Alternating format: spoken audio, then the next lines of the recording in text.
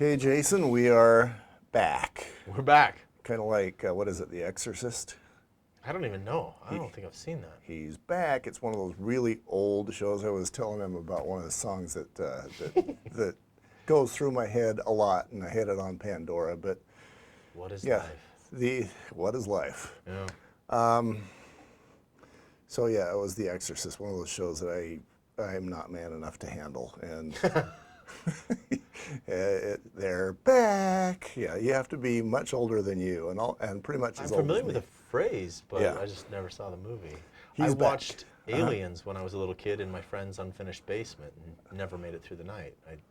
I ditched at like 2 a.m. and just went home. Was it Alien, where the monster pops out of his chest? Yeah, through the warehouse-looking thing on the alien planet. Uh-huh. Yeah, the unfinished basement, that was the final touch. Anyway. What do we got today? Man, this is the most exciting of everything. This is the treat. Yeah. The icing. Well, so this is like, this is stuff you got to do. We're going to start by talking about Ratback, Okay. which is super, super fun. So basically, you got it fingerprinted. It's an acronym that the division actually hasn't said. I Googled it because I was like, this has got to be an acronym for something. So it's Record of Arrests and Prosecutions Background Check, RAP back. Okay. So that's what Ratback is. Basically, right now, if you do something stupid, it goes on your criminal record. Mm-hmm. And then if the division asks, they'll tell them. Oh, What Ratback does is you do something stupid and they tell them. because they just have direct access to the database. So it's a new thing. It's brand spanking new about 20 years ago. So we're current, right? So so what it says is you got to get fingerprinted. Now, right now, because of COVID, you can't get fingerprinted at the division. Division's closed down until September 30th, for sure, and then they're going to kind of play it by ear. Mm-hmm. So if you're a new licensee or if your time is coming for Ratback and you need to get fingerprinted, cost is $45 plus any fees for somewhere that you get your fingerprints taken. And go ahead. And I found as I was doing that if you go to the division website, they'll list, in Utah County, they'll list maybe one police department. And pretty much any police department did it. I needed to do it that day. And I found that the Provo Police Department was open, and they got her done.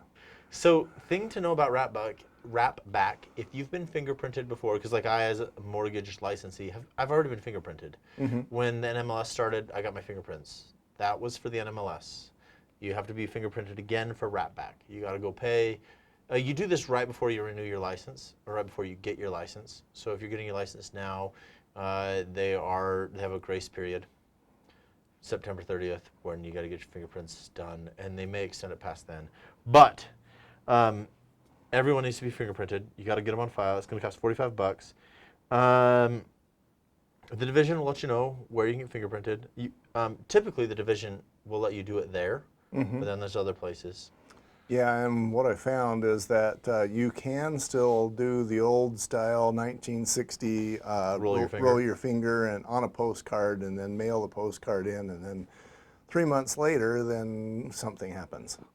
But now, and again, the Provo Police Department does this, and I don't know what others do it, but they do it electronically. So you do your fingerprint, and it's captured digitally, and then it's sent in immediately to whoever needs it. Yeah, that's what I did for mine. So before you get fingerprinted, you need to go to the Division's website and fill out a release. So a consent to background check. Right. So you do that. You go get your fingerprints. Bring identification so they can prove it's you. Get your fingerprints taken, and get that taken care of. And you need to do this for every license, right? So each entity needs its own authorization to access this stuff. So that's Ratback.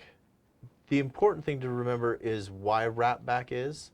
So this is so if you do something stupid, the division finds out immediately. But this doesn't remove your responsibility to self-report. So the division needs to know how to get a hold of you and stuff like that. But also, in mortgage, it used to be crimes of turpitude, and I loved that they changed it recently. It's no longer crimes of not sins, crimes of turpitude, which is deceiving someone who should trust you.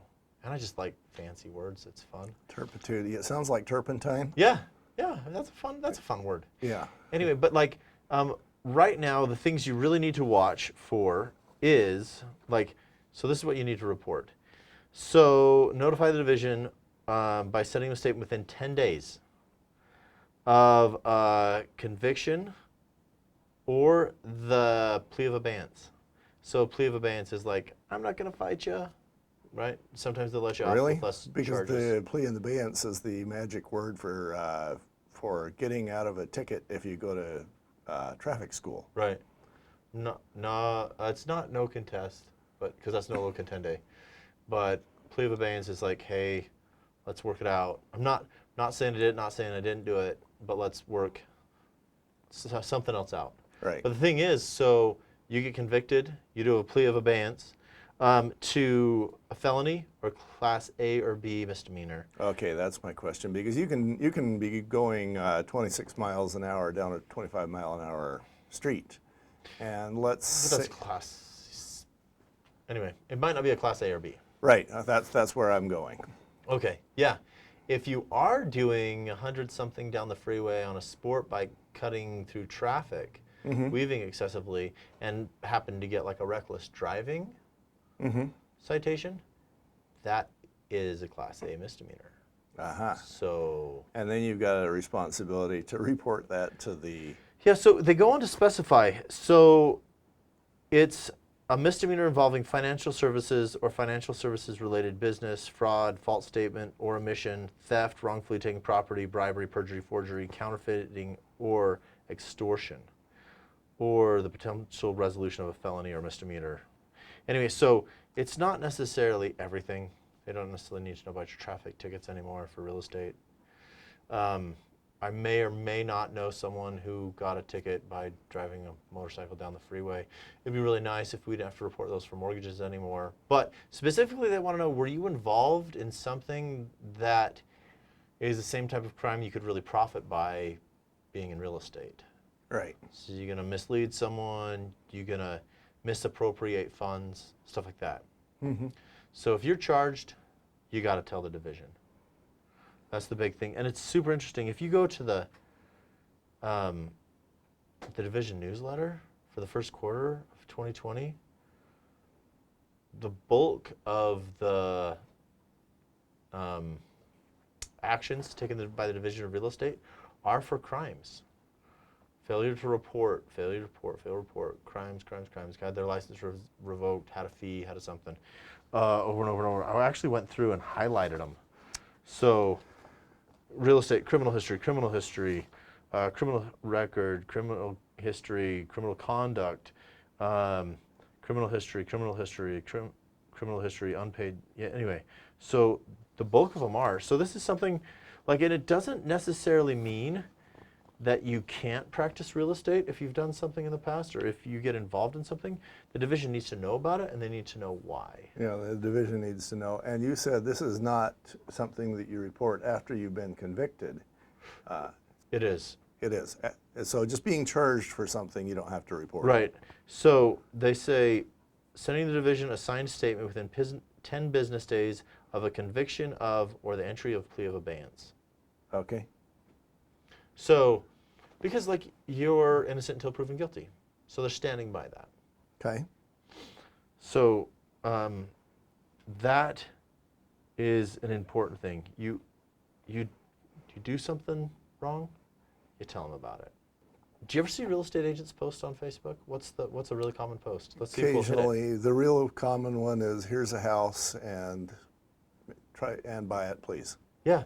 So do you know? Okay, there's typically two problems wrong with maybe three on those things that, well, two that you can see very clearly.